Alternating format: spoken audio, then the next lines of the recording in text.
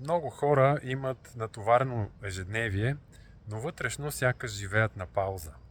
Това в един момент развива усещането от тях, че хората по някакъв начин искат да се възползват от тях, да ги излъжат, да ги предадат или на техен гръб да спечелят нещо.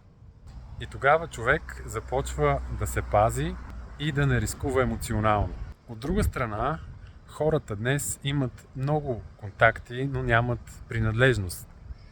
Имат комуникация, но нямат свързаност. И така човек постепенно започва да се чувства сам, дори обграден от много хора. А социалните мрежи, новините, шумът създават у нас усещането, че постоянно трябва да догонваме нещо. Докато истината е, че ние не сме създадени за такъв постоянен стимул. И когато човек твърде дълго преглъща, търпи и просто живее на щрек, в един момент започва да живее повече в защита, отколкото в присъствие.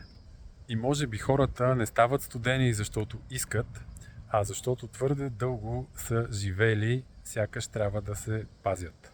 И за това, според мен, днес е толкова важно не просто да оцелееш, а да останеш жив отвътре.